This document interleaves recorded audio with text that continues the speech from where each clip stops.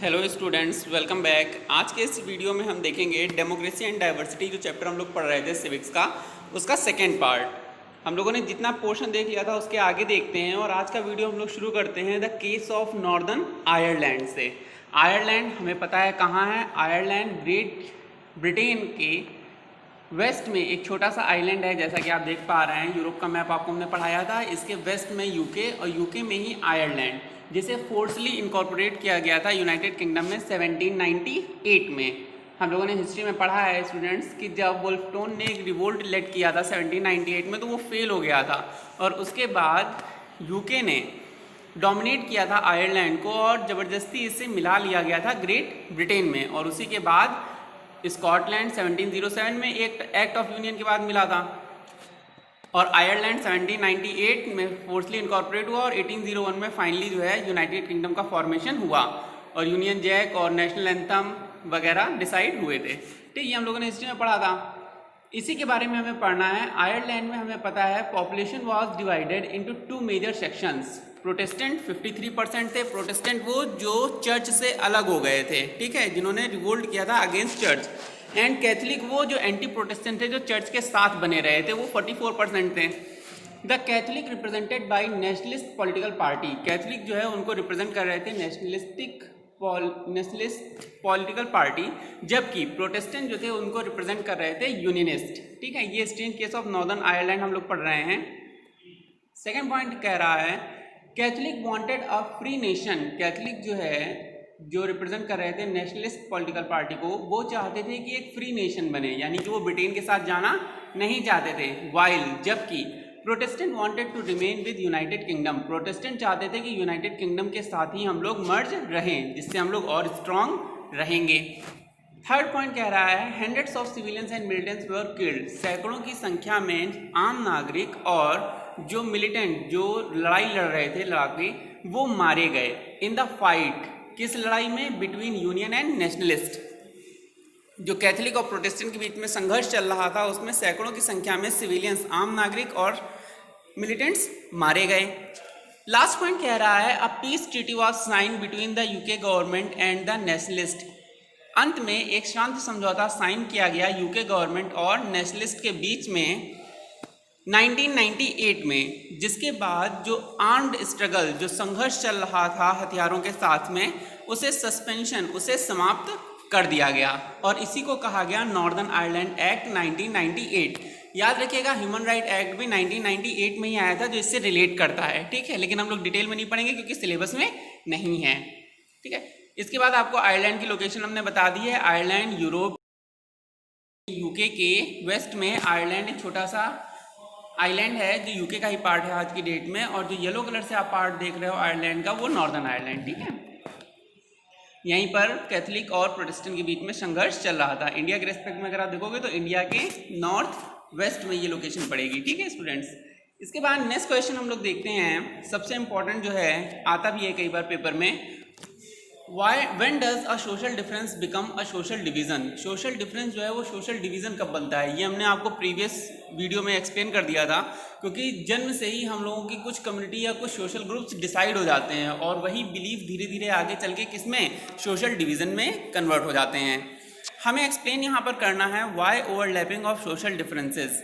Social differences में overlapping क्या होती है, तो पहले यहाँ से देख लेते हैं, इसके बाद सिंपल वे में भी समझेंगे। ये हमें बोर्ड में लिखना है, इसलिए पहले इसे देखते हैं। When social differences overlap each other, जब आपसी मतभेद, समाज में जो सोशल डिफरेंसेस हैं एक कम्युनिटी या दूसरी कम्युनिटी के बीच में, ये जब ओवरलैप, एक दूसरे पर हावी होने लगते हैं, यानी एक का विचार जो है दूसरे की विचारधारा पर हावी होने लगता है, it creates a difficult situation. तब समस्याएं जो हैं वो बहुत ज़्यादा कठिन हो जाती हैं। इन सच अ सिचुएशन, और ऐसी स्थिति में जब दो कम्युनिटी आपस में लड़ रही हो किसी बात को लेकर, वन काइंड ऑफ डिफरेंस, तब किसी एक की बात को बिकम्स मोर इम्पॉर्टेंट, ज़्यादा महत्व देना, देन द अदर, दूसरे की बात से, and people begin to develop negative approach. जब एक की बात को दूसरे की बात से ज़्यादा महत्व दे दिया जाता है, तब लोग निगेटिव अप्रोच डेवलप करना शुरू कर देते हैं। जैसे इंडिया में हमें बहुत ज़्यादा देखने को मिल रहा है इस टाइम पर हिंदू एंड मुस्लिम्स में। अगर किसी एक की बात को हम ज़्यादा प्रमोट करते हैं, किसी एक की बात को हम सपोर्ट करते हैं, तो जो दूसरी कम्युनिटी होती है वो निगेटिव अप्रोच डेवलप करना शुरू कर देती है।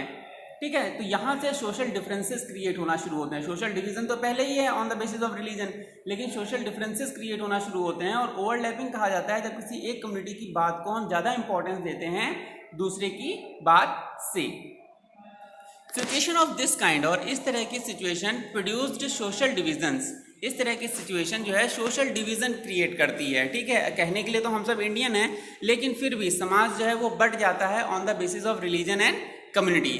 When people started feeling that they belong to different communities, लोग अपने आप को इंडियन समझें अच्छी बात है, लेकिन अगर वो अपने आप को डिफरेंट कम्युनिटीज़ का समझने लगते हैं तो इससे हमारी सोसाइटी क्या होती है, बंटने लगती है छोटे छोटे पार्ट में, और जो नेशन है वो डिसइंटीग्रेट होने लगता है। जो देश है हमारा वो विघटन होने लगता है, यानी देश हमारा कमज़ोर होने लगता है। ठीक है, तो ये था ओवरलैपिंग। ओवरलैपिंग का मतलब सिंपल सा आप समझेंगे, किसी एक की बात को दूसरे की बात से ज़्यादा इंपॉर्टेंस देना और बात मान लेना। ठीक है, नेक्स्ट पॉइंट कह रहा है क्रॉस कटिंग डिफरेंसेस। ओवरलैपिंग और क्रॉस कटिंग, इनमें डिफरेंस पूछा जाता है स्टूडेंट्स। ठीक है, अभी हम साइड बाय साइड भी कंपैरिजन आपको बताएंगे।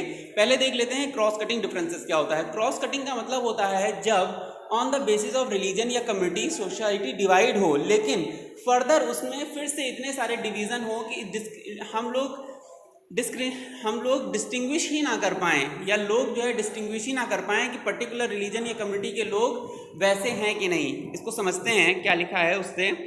If social differences cross cut one another, अगर समाज में ऐसे मतभेद हैं जो एक दूसरे को हटा देते हैं या एक दूसरे को कट कर देते हैं, एक की बात जो है दूसरे के ऊपर लागू ना हो और दूसरे की बात पहले के ऊपर लागू ना हो, it is difficult to pit one group of people against the other, तब किसी एक समुदाय के लोगों को दूसरे के खिलाफ खड़ा करना या उनके दो समुदायों का आपस में लड़ना मुश्किल हो जाता है। कैसे? It means that groups that share a common interest, इसका मतलब है कि वह समुदाय जो एक कॉमन इंटरेस्ट को शेयर कर रहा है, जो एक कॉमन बात को लेकर आगे बढ़ रहा है किसी पर्टिकुलर इशू पर, are likely to be different sides, उसके विचार अलग हो सकते हैं ऑन अ डिफरेंट इशू, किसी दूसरे मुद्दे पर। Cross cutting social differences are easier to accommodate, जब समाज में एक दूसरे के डिफरेंसेस एक दूसरे को हटाने लगते हैं, यानी कि किसी एक की बात दूसरे को कट करने लगती है, तब इन्हें सॉल्व करना या इनसे निपटना आसान हो जाता है। जैसा कि हमने नॉर्दर्न आयरलैंड और नीदरलैंड में देखा था। क्या देखा था नॉर्दर्न आयरलैंड में? नॉर्दर्न आयरलैंड में हम लोगों ने देखा था कि कैथोलिक्स और प्रोटेस्टेंट दो समुदाय हैं। ठीक है, मोस्टली ये माना जाता था कि आयरलैंड में कैथोलिक्स जो हैं वो बहुत ज़्यादा एट्रोसिटीज़ को फेस किए हुए हैं, उनकी हिस्ट्री बहुत अच्छी नहीं है और वो कैसे होंगे, पुअर होंगे। लेकिन नीदरलैंड में क्या था, नीदरलैंड में भी कैथोलिक और प्रोटेस्टेंट थे, लेकिन सारे कैथोलिक जो है वो रिच नहीं थे। ठीक है, और सारे प्रोटेस्टेंट जो है वो पुअर नहीं थे, यानी कुछ कैथोलिक पुअर थे, कुछ कैथोलिक रिच थे, कुछ प्रोटेस्टेंट पुअर थे, कुछ प्रोटेस्टेंट रिच थे। तो इस तरह से हम देख क्या रहे हैं social differences on the basis of finance, कुछ अमीर हैं कुछ गरीब हैं, और social differences on the basis of religion, कुछ कैथोलिक हैं कुछ प्रोटेस्टेंट हैं। तो ये चारों चीज़ें आपस में एक दूसरे को कैंसिल कर रही थी, यानी कि हम ये नहीं कह पा रहे थे स्पष्ट रूप से कि सारे कैथोलिक पुअर हैं, यानी कि हम अब गरीबी को लेकर लड़ नहीं पा रहे थे, गरीबी को रिलीजन से मिक्स नहीं कर पा रहे थे। तो इस तरह से पुअर और रिच की लड़ाई जो है on the basis of religion खत्म हो जा रही थी। इसी को कहते हैं क्रॉस कट करना। जब पहले हम रीजन के आधार पर डिवाइड थे, लेकिन फिर फाइनेंस के आधार पर डिवाइड किया गया, तो हमने ये देखा कि फाइनेंस के आधार पर डिवाइड कर पाना मुश्किल है। तो जब ऐसा मुश्किल आने लगती है तो रिलीजन के आधार पर भी डिवाइड कर पाना मुश्किल हो जाएगा। ठीक है, तो इस तरह की समस्याओं से निपटना आसान होता है। हमें पता है ये टॉपिक थोड़ा सा कॉम्प्लेक्स लग रहा होगा अभी स्टूडेंट्स आपको, लेकिन फिर भी समझिए इसको, कोशिश करिए। एक्सप्लेन करते हैं हम और इजी वे में। अगर हम सिंपल वे में समझें तो सिंपल वे में बहुत सिंपल सी लाइन यहाँ पर ये कह रही है, overlapping is a situation, overlapping वह स्थिति होती है वेयर, जहाँ पर in one difference is reinforced by another social difference, जहाँ पर किसी एक सोशल डिफरेंस को ज़बरदस्ती लागू कर दिया जाता है बाय अनदर सोशल डिफरेंस, किसी दूसरे सोशल डिफरेंस पर। फिर से एग्जांपल दे रहे हैं हम आपको। सपोज इंडिया में हिंदू और मुस्लिम्स किसी बात को लेकर लड़ाई कर रहे हैं या किसी बात को लेकर विवाद चल रहा है, डिस्प्यूट चल रहा है, और गवर्नमेंट किसी एक रिलीजन के लोगों की दे दे और दूसरे रिलीजन के लोगों की बात को इग्नोर कर दें, तो ऑब्वियस सी बात है जिस रिलीजन की बात को इग्नोर किया गया होगा वो निगेटिव अप्रोच डेवलप करना शुरू कर देगा और on the basis of religion society जो होगी वो डिवाइड हो जाएगी। समझ में आया? ये है ओवरलैपिंग। अगर किसी भी रिलीजन की बात को हम ज़्यादा इंपॉर्टेंस दे देंगे तो दूसरा रिलीजन जो उसके अगेंस्ट में होगा वो निगेटिव अप्रोच डेवलप करने लगेगा और सोसाइटी डिसइंटीग्रेट होने लगेगी। जबकि cross cutting is a situation, cross cutting वह स्थिति होती है when one social difference is enfeeble का मतलब होता है वीक या कमजोर, बाय अनदर सोशल डिफरेंस, जहां पर एक सोशल डिफरेंस कमजोर हो जाता है दूसरे सोशल डिफरेंस की वजह से। जैसा हमने आपको बताया कि नॉर्दर्न आयरलैंड के केस में हुआ था कि सारे कैथोलिक, नीदरलैंड और नॉर्दर्न आयरलैंड के केस में हुआ था कि सारे कैथोलिक रिच नहीं थे और सारे प्रोटेस्टेंट पुअर नहीं थे, यानी गरीबी के आधार पर रिलीजन का जो सोशल डिफरेंस था वो क्रॉस कट हो जा रहा था, वो कैंसिल हो जा रहा था। ठीक है, तो इसको फिर से एक बार समझ लेते हैं साइड बाय साइड से। ये टॉपिक थोड़ा सा कंफ्यूजिंग है, ठीक है, समझिएगा। Cross cutting versus overlapping. सबसे पहले देखते हैं cross cutting. Cross cutting refers to one social difference nullifying और weakening another social difference. Cross cutting कहा जाता है उस सोशल डिफरेंस को जो कमजोर कर देता है या समाप्त कर देता है दूसरे सोशल डिफरेंस को। जैसे गरीबी ने समाप्त कर दिया रिलीजन के आधार पर जो सोशल डिवीजन हो रहा था वो। जैसे इंडिया में ही हम बात करें, अगर अनएम्प्लॉयमेंट की बात करें तो हम ये नहीं कह सकते हैं कि सारे हिंदू अनएम्प्लॉयड हैं या सारे मुस्लिम्स अनएम्प्लॉयड हैं या सारे सिख अनएम्प्लॉयड हैं। ठीक है, अनएम्प्लॉयमेंट ऐसी समस्या है जो हर रिलीजन के लोगों की है, हर रिलीजन के लोगों में देखी जा रही है। तो अगर हम बात करें इस समस्या को लेकर सरकार को घेरने की, तो सरकार फिर हमें रिलीजन के आधार पर डिवाइड नहीं कर सकती है। ठीक है, तो ये वो सोशल डिफरेंस है, ये वो समस्या है जो बाकी सोशल डिफरेंसेस को नलीफाई कर रही है। ओवरलैपिंग की बात करें अगर हम, तो overlapping refers to one social difference reinforcing other social differences. Overlapping refer करती है, ओवरलैपिंग ऐसी सिचुएशन या ऐसे सोशल डिफरेंस के बारे में है रीइंफोर्सिंग अदर सोशल डिफरेंसेस, जो दूसरे सोशल डिफरेंसेस को इग्नोर करती है, यानी किसी एक कम्युनिटी या रिलीजन के लोगों की बात को ज़्यादा इंपॉर्टेंस देती है, ना कि दूसरे लोगों की बात को इग्नोर करती है। ठीक है, इसके बाद नेक्स्ट पॉइंट कह रहा है one social difference is weekend by another social difference. Simple line लिखी हुई है ऊपर वाली लाइन घुमा के कि एक सोशल डिफरेंस कमजोर कर देता है दूसरे सोशल डिफरेंस को। जबकि ओवरलैपिंग में क्या होता है, one social difference is reinforced by other differences. एक सोशल डिफरेंस जो है वो ज़्यादा प्रभावी रहता है दूसरे सोशल डिफरेंस की बजाय। फिर से क्रॉस कटिंग में कह रहा है सोशल ग्रुप्स में share a common interest on an issue even being on different sides on another issue। Cross cutting में क्या कह रहा है, सोशल ग्रुप्स जो समाज में समूह बने हुए हैं, जैसे हम बात करें इंडिया में religion, on the basis of religion एक हिंदूज का ग्रुप बना हुआ है, एक मुस्लिम्स का ग्रुप बना हुआ है, मे शेयर अ कॉमन इंटरेस्ट, उनके कुछ कॉमन इंटरेस्ट यानी कुछ कॉमन डिमांड्स हो सकती हैं ऑन एन इशू, किसी पर्टिकुलर इशू पर। जैसा हमने अभी आपको बताया एम्प्लॉयमेंट के मुद्दे पर इन दोनों की डिमांड क्या होगी कि सरकार ज़्यादा से ज़्यादा एम्प्लॉयमेंट अपॉर्चुनिटीज क्रिएट करे, साइड्स ऑन अनदर इशू। जबकि ये लोग क्या हैं, अलग अलग रिलीजन के हैं, लेकिन फिर भी इनके जो एक कॉमन इशू पर विचार हैं वो मिल रहे हैं। क्रॉस कटिंग में ऐसा होता है। ठीक है, इसी वजह से क्रॉस कटिंग को एकोमोडेट करना ईजी होता है और ये देश के लिए नुकसानदायक नहीं है। लेकिन जबकि हम ओवरलैपिंग में देखते हैं तो ओवरलैपिंग में क्या कह रहा है, social groups do not share any common interest on any issue. Social group जो होते हैं वो कोई भी कॉमन इंटरेस्ट शेयर नहीं करते हैं किसी भी मुद्दे पर। उनको क्या होता है, या तो हमारी बात मानो या तो लड़ाई करो। फिर ये वायलेंस को प्रमोट करता है। ठीक है, जबकि क्रॉस कटिंग जो है वो वायलेंस को प्रमोट नहीं करता है। इसके बाद लास्ट पॉइंट कह रहा है promotes unity and encourages diversity. Cross cutting जो है वो प्रमोट करता है यूनिटी को, क्योंकि जब कॉमन इंटरेस्ट होगा तो ऑब्वियस सी बात है यूनिटी बढ़ेगी। इनकरेजेस डाइवर्सिटी, अलग अलग ग्रुप के लोगों में कॉमन इंटरेस्ट होगा तो अलग अलग ग्रुप क्या होंगे, एक साथ मिलके उस कॉमन कॉज के लिए संघर्ष करेंगे। और इस तरह से डाइवर्सिटी जिसमें हम एक दूसरे की भावनाओं का ख्याल रखते हैं, हार्मोनी क्रिएट करते हैं, हार्मोनी की स्टेट क्रिएट करते हैं, वो इनकरेज होगी, वो बढ़ेगी।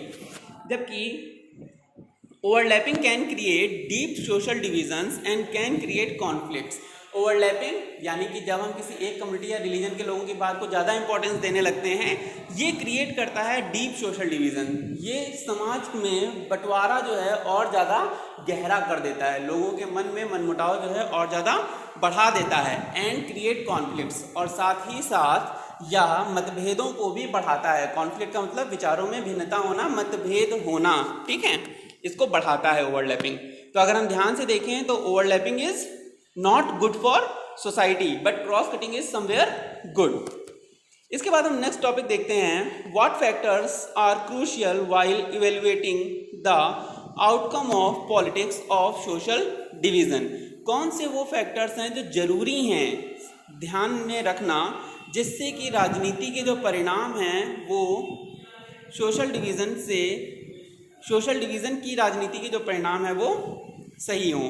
तो यहाँ पर हमें आंसर क्या लिखना है, the 3 factors are crucial while evaluating the outcomes of politics of social division. जो सोशल डिवीज़न की पॉलिटिक्स की जाती है, यानी कि जो नेता लोग हैं वो धर्म, रिलीजन, कास्ट, पॉवर्टी, अनएम्प्लॉयमेंट, इन सब इश्यूज़ पर जो राजनीति करते हैं उसके लिए कौन से 3 फैक्टर्स को इवेल्युएट, कौन से 3 फैक्टर्स को जानकारी रखना या कौन से 3 फैक्टर्स का विश्लेषण करना जरूरी है, जिससे कि देश को नुकसान ना पहुंचे। तो सबसे पहला तो पॉइंट आता है, सिंपल वे में समझिएगा स्टूडेंट्स, इस क्वेश्चन में हमें बस इतना देखना है कि वो कौन सी चीज़ें हैं जिनको ध्यान में रखना चाहिए सोशल डिवीज़न की राजनीति करते समय, ठीक है। तो पहला है परसेप्शन ऑफ आइडेंटिटी। परसेप्शन का मतलब होता है हम किस तरह से देखते हैं, आइडेंटिटी मतलब खुद की पहचान। जैसे हम किसी व्यक्ति से पूछें कि तुम कौन हो, तो या तो वो अपना रिलीजन को बताएगा, या तो वो अपना नाम बताएगा, या तो वो अपना जेंडर बताएगा, ठीक है, या तो वो अपना प्रोफेशन बताएगा। तो ये सोच, कैसी सोच है आपकी, आप अपने को किस तरह से देखते हो, ठीक है, इसे ही कहा जाता है perception of identity.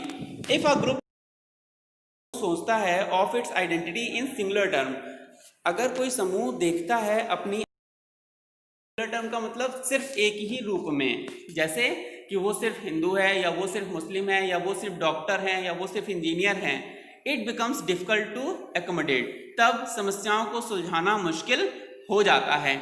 In case of India we remain united, भारत की केस में हम अभी तक एक साथ हैं, because we see our identity in plural terms, क्योंकि हम अपनी आइडेंटिटी को कई रूपों में देखते हैं। सबसे पहले तो हम खुद को कैसा देखते हैं, सबसे पहले हम खुद को एक भारतीय की तरह देखते हैं, ठीक है। परसेप्शन ऑफ आइडेंटिटी को हम इस इमेज से समझ सकते हैं, ध्यान से देखिएगा।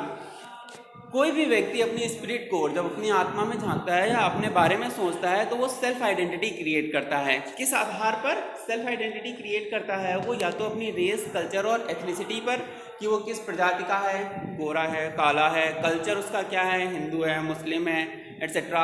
एथनिसिटी वो किस, अब रिलीजन भी फर्दर डिवाइड होता है कास्ट सिस्टम में, वो किस कास्ट का है वो हो सकता है वो खुद को वो बताए। अगर हम किसी व्यक्ति से पूछे बताओ तुम कौन हो, तो वो हो सकता है अपने रिलीजन को बताए, या अपने नाम को बताए, या अपना ऑक्यूपेशन बताए, ठीक है। सेकेंड है जेंडर, अपनी आइडेंटिटी आप किस तरह से देखते हो। अगर हम किसी व्यक्ति से पूछते हैं तो वो हो सकता है अपनी आइडेंटिटी एज अ जेंडर बताए, कि वो कह दे कि हाँ मैं एक लड़का हूँ, मैं एक लड़की हूँ, ठीक है। तो आप किस तरह से खुद को देख रहे हो ये बहुत इंपॉर्टेंट है, देश के लिए भी और आपके लिए भी। सेक्सुअल ओरिएंटेशन हो सकता है, ठीक है, पर्सनैलिटी यानी व्यक्तित्व हो सकता है, सोशल क्लास, समाज में किस स्तर पर हो, कि हाँ वो कहते हैं कि हाँ हम अमीर हैं या हम यहाँ पे हैं, वो सोशल डिवीज़न बता सकता है अपना, या फिर अदर आइडेंटिटी फेसेट भी बता सकता है। तो आई होप आपको समझ में आ गया होगा कि परसेप्शन ऑफ आइडेंटिटी का मीनिंग क्या होता है, कि आप खुद को किस तरह से देखते हो। अगर आपके सामने कोई भी समस्या आती है तो आप उस समस्या को किस तरह से देखते हो, ये बहुत, उस समस्या का सलूशन जो है बहुत हद तक डिपेंड करता है आपके खुद के लिए जो परसेप्शन ऑफ आइडेंटिटी है उस पर। अगर आप खुद को एज अ इंडियन रखकर सोचोगे तो आप पूरे देशवासियों का भला सोचोगे। अगर आप खुद को एक पर्टिकुलर कम्युनिटी या रिलीजन से बिलोंग करते हुए सोचोगे तो आप सिर्फ उस कम्युनिटी या रिलीजन के बारे में भला सोचोगे, ठीक है। तो इसलिए परसेप्शन ऑफ आइडेंटिटी का वाइडन होना या सबके लिए अच्छा होना बहुत ज़रूरी है। नेक्स्ट पॉइंट कह रहा है रोल ऑफ पॉलिटिकल लीडर्स। सबसे इंपॉर्टेंट पॉइंट यही आता है, आज के टाइम पर हम देख रहे होंगे लोग आपस में मिल के रहना चाहते हैं, लेकिन जो राजनेता हैं हमारे, जो पॉलिटिकल लीडर्स हैं हमारे, वो क्या करते हैं, लोगों को आपस में लड़ाते रहते हैं, जिससे उनका वोट बैंक बना रहे। ये बात किसी से छुपी नहीं है। The second crucial factor is the way political leaders raise the demands of any community. Second important factor ये है कि किस तरह से पॉलिटिकल लीडर्स किसी समुदाय की बात को या किसी समुदाय की मांग को उठाते हैं।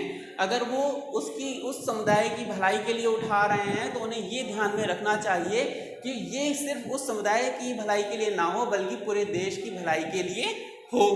It is easier to accommodate these demands if they are within constitutional framework. अगर संविधान के दायरे में रहकर ये मांग उठाई जाती है तो इन मांगों को पूरा करना आसान होता है, और अगर ये मांगे does not effect other communities, दूसरी कम्युनिटीज़ को अफेक्ट ना कर रही हो तो और अच्छा रहता है। यानी अगर पॉलिटिकल लीडर्स इस तरह से जनता की बात को उठाते हैं संसद में कि वो कॉन्स्टिट्यूशनल, संसद में जो संविधान में जो नियम बनाए गए हैं उसके अंदर रहते हैं, उसके दायरे में है मांग, प्लस दूसरी कम्युनिटी या दूसरे किसी व्यक्ति को या दूसरे किसी ग्रुप को नुकसान नहीं पहुंचा रहा है, अफेक्ट नहीं कर रहा है, तो इन मांगों को पूरा करना सही होता है या इन मांगों को पूरा करना आसान होता है और ये देश को मजबूत बनाती हैं। लेकिन अगर कोई सोशल कम्युनिटी या सोशल डिवीज़न ऐसी मांग, कोई पॉलिटिकल लीडर किसी कम्युनिटी के लिए ऐसी डिमांड करता है जो दूसरी कम्युनिटीज़ को नुकसान पहुंचा रही हो या संविधान के दायरे से बाहर हो, तो यह देश को मजबूत नहीं करता है। ठीक है, इसलिए पॉलिटिकल लीडर्स का पढ़ा लिखा होना और कॉन्स्टिट्यूशन के बारे में नॉलेज होना बहुत ज़रूरी है। इसके बाद नेक्स्ट है रोल ऑफ गवर्नमेंट। सरकार देखो, अब दो चीज़ें हैं। आप कहोगे अभी तो पॉलिटिकल लीडर्स आया, फिर गवर्नमेंट क्यों आ रहा है? क्योंकि पॉलिटिकल लीडर्स अपोजिशन में भी होते हैं, जबकि गवर्नमेंट हम उसे कहेंगे जो रूल मेकिंग अथॉरिटी होगी, जिसके पास कानून बनाने की शक्ति होगी। मांग उठाई जाती है किसी भी अपोजिशन पार्टी के द्वारा, किसी भी पॉलिटिकल पार्टी के द्वारा, लेकिन उसको एज अ लॉ कौन फॉर्म करता है? गवर्नमेंट। इसीलिए अब यहाँ पर रोल ऑफ गवर्नमेंट देखेंगे हम लोग। If the rulers are willing to share powers, अगर रूलर्स जो है वो अपनी पावर शेयर करना चाहते हैं कि हम चलो अपनी पावर जो है वो शेयर करेंगे किसके साथ? जो इंडिया में हम लोगों ने देखा है 3 टियर सिस्टम है, सेंट्रल गवर्नमेंट, स्टेट गवर्नमेंट और पंचायती राज व्यवस्था। अगर रूलर्स जो है, सेंट्रल गवर्नमेंट जो है अपनी पावर शेयर करती है स्टेट गवर्नमेंट्स और पंचायती राज व्यवस्था के साथ में, तो देश जो है और ज़्यादा स्ट्रेंथन होगा। अगर रूलर जो है, जो मुखिया है पार्टी का, वो सारी शक्ति अपने पास ही रखेगा, जैसा हम लोगों ने देखा था समाजवादी पार्टी के केस में, सारे जो प्रोमिनेंट लीडर्स थे इस पार्टी के वो एक ही परिवार से बिलोंग कर रहे थे, तो रूलर जो है वो सारी शक्ति अपने पास रखना चाह रहा है। तो ये जो सिग्निफाई करता है, ये कहीं से भी डेमोक्रेसी को सिग्निफाई नहीं करता है और ये ना ही डेमोक्रेसी के लिए अच्छा है। लिखा क्या है वो देखते हैं। If the rulers are willing to share powers, अगर रूलर्स जो है अपनी शक्ति शेयर करना चाहते हैं, and accommodate the regional demand, और क्षेत्रीय मांगों को भी पूरा करना चाहते हैं, ऑफ माइनॉरिटीज़, जो अल्पसंख्यक हैं उनकी मांगे, सोशल डिविजन्स, तब social divisions become less threatening, तो जो सोशल डिविजन्स हैं वो कम खतरनाक हो जाते हैं फॉर द कंट्री, देश के लिए। देखो सोशल डिवीज़न जो है ऑब्वियस सी बात है वो अपने फ़ायदे के लिए, जो हम लोगों ने पढ़ा नहीं था इंटरेस्ट ग्रुप्स, ठीक है, जो पर्टिकुलर इंटरेस्ट ग्रुप्स होते हैं वो सिर्फ अपने फ़ायदे के लिए बात करना चाहते हैं, वो भी सोशल डिवीज़न में ही आएंगे स्टूडेंट्स। जो सोशल डिवीजन्स होते हैं वो अपने फ़ायदे की बात सोचते हैं मोस्टली, लेकिन अगर सेंट्रल गवर्नमेंट इस तरह से रूल बनाती है कि जो सोशल डिवीजन्स हैं छोटे वाले वो भी खुश रहें, उनकी मांग भी पूरी हो जाए और कुछ पावर उनको भी शेयर कर दी जाए अकॉर्डिंग टू रूल मेकिंग और एटसेट्रा एनीथिंग एल्स, तो सभी लोग खुश रहते हैं, रीजनल डिमांड्स भी फुलफिल हो जाती हैं, माइनॉरिटीज़ भी खुश हो जाते हैं, सोशल डिवीजन्स भी खुश हो जाते हैं, और इस तरह से जो यूनिटी है वो बनी रहती है। ठीक है, तो गवर्नमेंट को ये ध्यान में रखना चाहिए कि वो सभी लोगों के लिए डिसीज़न ले, ना कि पर्टिकुलर किसी एक कम्युनिटी या रिलीजन के लिए। ये बहुत ज़रूरी है देश की एकता के लिए। जैसा कि आप यहाँ देख पा रहे होंगे, जो वर्ल्ड के प्रोमिनेंट लीडर हैं, ये कैरिकल्चर है एक तरह का, वर्ल्ड के प्रोमिनेंट लीडर हैं वो अपने अपने देश की इकोनॉमी और अपने अपने देश की पॉलिटिक्स को बेटर बनाने के लिए काम कर रहे हैं, लेकिन कोई भी वर्ल्ड के बारे में नहीं सोच रहा है। अभी हम लोग क्या बात कर रहे थे, केवल नेशन के बारे में, ठीक है, लेकिन अगर हम पूरे वर्ल्ड की बात करें तो वर्ल्ड भी तो हमारे पास एक ही है, तो वर्ल्ड के प्रोमिनेंट लीडर्स जो हैं उन्हें इस तरह से काम करना चाहिए कि वो अलग अलग देशों के जो सोशल डिवीज़न हैं उनको एक साथ लेकर चलें और पूरे वर्ल्ड में पीस एंड हार्मोनी कायम रहे और कोई भी रिस्क टेकिंग या कोई भी वॉर जैसी सिचुएशन ना आए। इसके बाद लास्ट आज का कह रहा है political expression of social division. Political expression का मतलब होता है स्टूडेंट्स, जो भी सोशल डिवीजन्स हैं उनको पॉलिटिकल एक्सप्रेशन, उनको अपनी राजनीतिक अभिव्यक्ति की स्वतंत्रता देना। यानी कि अगर कुछ भी पॉलिटिकल लीडर्स कर रहे हैं या कोई भी पॉलिसी गवर्नमेंट फॉर्म कर रही है तो उसके बारे में अपने व्यू रखना। ठीक है, why political expression is necessary. ठीक है, ये देखते हैं सबसे पहले political expression of social division. समाज में जो अलग अलग डिवीजन्स हैं इनको राजनीतिक अभिव्यक्ति की स्वतंत्रता होनी चाहिए। क्यों? बिकॉज फर्स्ट पॉइंट कह रहा है this allows various disadvantaged and marginal social groups to express their grievances and get the government to attend to these. क्योंकि इसकी वजह से जो वेरियस डिसएडवांटेज, बहुत सारे पिछड़े हुए जिनको फ़ायदा नहीं मिला है, और मार्जिनल मतलब जो लोग समाज की मुख्य धारा से बाहर हैं, जैसे SC, ST, OBC, minorities etcetera, इनके जो सोशल ग्रुप्स हैं इनको एक्सप्रेस करने को मिलता है देयर ग्रीवांसेस, अपनी समस्याएं, दुख बताने का मौका मिलता है। ठीक है, अपनी समस्याएं क्या हैं या अपनी प्रॉब्लम्स क्या हैं ये बताने का मौका मिलता है किसको? समाज के पिछड़े सोशल ग्रुप्स को, समाज के कमज़ोर सोशल ग्रुप्स जो हैं उनको, जब उनको पॉलिटिकल एक्सप्रेशन करने की स्वतंत्रता होती है तब। And get the government to attend to this, और इस तरह से वो सरकार का ध्यान आकर्षित कर सकते हैं अपनी समस्याओं की तरफ। तो ये तो अच्छी चीज़ है। सेकेंड पॉइंट है they can voice their demand in a peaceful and constitutional manner through elections. जो मार्जिनल ग्रुप हैं या जो सोशल डिवीजन्स हैं वो अपनी बात को, अपनी आवाज़ को, अपनी मांगों को उठा सकते हैं इन अ पीसफुल मैनर, एक शांतिपूर्ण तरीके से, एंड कॉन्स्टिट्यूशनल मैनर, और एक संवैधानिक तरीके से, जिसे हम कंस्ट्रक्टिव डिसेंट कहते हैं। क्लास 8 में हम लोगों ने पढ़ा था कंस्ट्रक्टिव डिसेंट, सकारात्मक विरोध। ठीक है, कंस्ट्रक्टिव डिसेंट किया जा सकता है in a constitutional manner through elections, चुनाव के द्वारा। ठीक है, पॉलिटिकल एक्सप्रेशन हम करेंगे, जनता को बताएंगे कि किस तरह से पॉलिटिकल पार्टीज वर्क कर रही हैं और किस तरह से अगले इलेक्शन में हमें अच्छी पार्टी को वोट करना है। ये पॉलिटिकल एक्सप्रेशन के थ्रू ही पॉसिबल है। और लास्ट पॉइंट कह रहा है they can fight for their recognition and also to accommodate diversity. वो फाइट कर सकते हैं। जो मार्जिनल ग्रुप है, देखा होगा आपने देश में, अगर हम बात करें पॉलिटिकल पार्टी की, तो मेन रूप से दो ही पॉलिटिकल पार्टी हैं जो घूम घूम कर केंद्र में सरकार बना रही हैं। पहली INC, इंडियन नेशनल कांग्रेस, और दूसरी है BJP, NDA, national democratic alliance.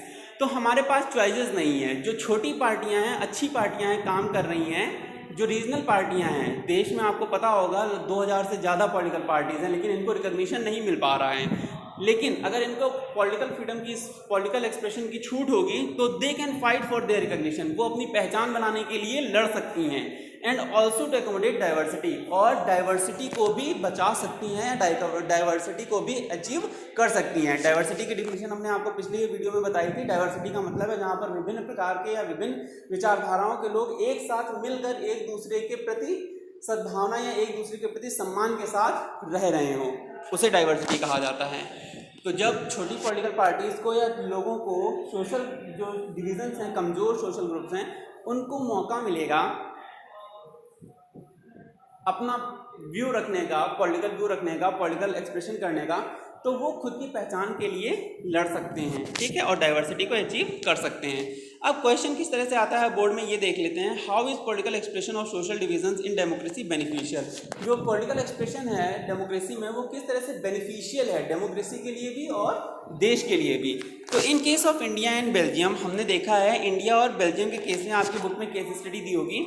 It has been observe, ये ऑब्जर्व किया गया है दैट कि social diversities can be accommodated. Social diversities या समाज में जो विभिन्न प्रकार के विभिन्न विचारधाराओं के लोग हैं, इन्हें एक साथ लाया जा सकता है in a very positive manner, बहुत ही सकारात्मक तरीके से।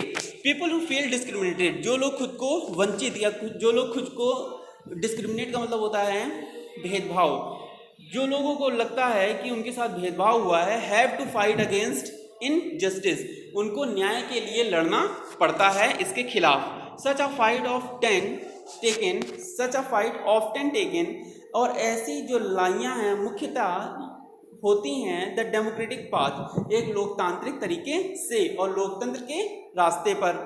सम time it takes the path of violence, कभी कभी ये वायलेंस का पाथ या वायलेंस के रास्ते पर भी चली जाती हैं। जैसा कि हमें इंडिया में देखने को पता था, आर्म रिबेलियन जब होने लगा था, एक्सट्रीमिस्ट फॉर्म हुए थे 1907 के बाद। हाउएवर, हालांकि history shows that democracy is the best way to fight for recognition, हालांकि इतिहास हमें यह सिखाता है 1688 जो फर्स्ट ग्लोरियस रिवॉल्यूशन हुआ था हमारा ब्रिटेन में, डेमोक्रेसी फॉर्म हुई थी, उसके बाद से हमने ये देखा है कि डेमोक्रेसी सबसे बेस्ट तरीका है रिकॉग्निशन यानी जस्टिस के लिए फाइट करने का, ठीक है, नॉन वायलेंस तरीके से।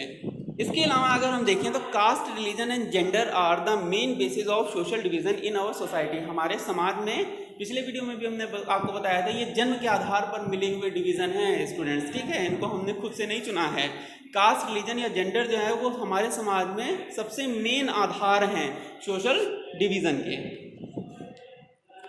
और कभी कभी गवर्नमेंट जो है रिस्ट्रिक्ट करती है, कभी कभी गवर्नमेंट जो है वो रिस्ट्रिक्ट करती है पॉलिटिकल एक्सप्रेशन को। क्यों, इसको हम लोग देखते हैं। पॉलिटिकल एक्सप्रेशन को रिस्ट्रिक्ट किया जाता है धरना देने से या प्रोटेस्ट करने से मना करने लगती है गवर्नमेंट, क्यों, तो इसको भी हम देखते हैं। फर्स्ट पॉइंट है to what extent could the government restrict political expression, किस हद तक, मतलब किस सीमा तक सरकार रिस्ट्रिक्ट कर सकती है पॉलिटिकल एक्सप्रेशंस को, यानी लोगों को अपनी राजनीतिक अभिव्यक्ति दर्शाने से मना कर सकती है सरकार, किस लिमिट तक, ठीक है, कब मना करती है या किस लिमिट तक मना करती है, देखते हैं। फर्स्ट पॉइंट है बैन ऑन फॉल्स न्यूज़, अगर कोई गलत न्यूज़ फैला रहा है सरकार के बारे में या सरकार को बदनाम करने के लिए या खुद को अच्छा दिखाने के लिए, तब सरकार पॉलिटिकल एक्सप्रेशंस को बैन कर सकती है, ठीक है। जैसे आपने देखा होगा इंडिया में बहुत सारी अपोजिशन पार्टियां हैं जो फेक न्यूज़ फैलाया करती हैं बहुत, और जो रूलिंग पार्टी है वो भी बहुत सारी फेक न्यूज़ फैलाया करती है खुद को अच्छा दिखाने के लिए। उस टाइम पर जो पॉलिटिकल एक्सप्रेशन है उसको बैन किया जा सकता है। सेकंड है ban on advocacy of illegal action, जो इलीगल एक्शंस हैं या गैर कानूनी काम हैं उनकी वकालत करने पर पॉलिटिकल एक्सप्रेशन बैन किया जा सकता है, इंक्लूडिंग रिवोल्यूशन और violent overthrown of the government. अगर क्रांति लाई जा रही है या क्रांति हो रही है या वायलेंट हिंसात्मक तरीके से या गलत तरीके से ओवरथ्रो ऑफ गवर्नमेंट, सरकार को हटाया जा रहा है, सरकार को अगर गलत तरीके से, जैसा हमें पाकिस्तान में देखने को मिला था परवेज मुशर्रफ के टाइम पर, ठीक है, तो उस टाइम पर पॉलिटिकल एक्सप्रेशन को बैन किया जा सकता है। सेकेंड लास्ट पॉइंट कह रहा है रेगुलेशन ऑफ इलेक्शन स्पीच, अगर इलेक्शन के टाइम पर, जैसा आपने देखा होगा जब कोड ऑफ कंडक्ट लागू होता है, जिसे हिंदी में आचार संहिता कहते हैं, चुनाव से कुछ समय पहले आचार संहिता लगाई जा सकती है जिससे कि जो डिसीजन है जनता का उसे पोलराइज न किया जा सके, आखिरी टाइम में जनता के पास सोचने के लिए समय हो कि कौन सा दल वास्तव में सही है, तो उस टाइम पर पॉलिटिकल एक्सप्रेशन को बैन किया जा सकता है। And last one is regulation of election funding, जो इलेक्शन फंडिंग है, जैसा कि आपने देखा होगा चुनाव के टाइम पर बहुत सारे इंडस्ट्रियलिस्ट हैं, बहुत सारे पूंजीपति लोग हैं जो ज़्यादा पैसा देकर वोट खरीदने बेचने या जो इलेक्शन के डिसीजंस हैं उनको मैनिपुलेट करने की कोशिश करते हैं, तो इस टाइम पर भी पॉलिटिकल एक्सप्रेशंस को बैन किया जा सकता है। इसके लिए भी रेगुलेशंस यानी नियम बनाए गए हैं, ठीक है। तो कुल मिला के वो सारी चीज़ें जो इलीगल हैं या जो प्रभावित करती हैं गलत तरीके से डिसीजंस को गवर्नमेंट के या इलेक्शन के, उन सभी चीज़ों पर बैन लगा सकती है सरकार, ठीक है। तो ये स्टूडेंट्स था आज का वीडियो जिसमें हम लोगों ने देखा कि किस तरह से सोशल डिवीज़न फॉर्म होते हैं और किस तरह से ये डिफ़र करते हैं ओवरलैपिंग और क्रॉस कटिंग में, ठीक है।